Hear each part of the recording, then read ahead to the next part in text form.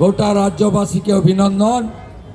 ভারত মাতাকে প্রণাম করে আমাদের ভীম সিং বার্মা, যিনি এই কর্মসূচির আয়োজক ব্যবস্থাপক, তার সমস্ত সাথীদের অন্তর থেকে কৃতজ্ঞতা জানালাম।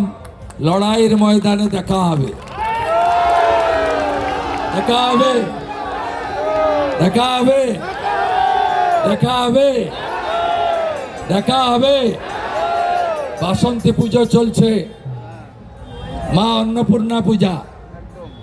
ভগবান রামচন্দ্র মহারাজ 108টা কি ফুল দিয়ে মাকে পুজো করেছিলেন?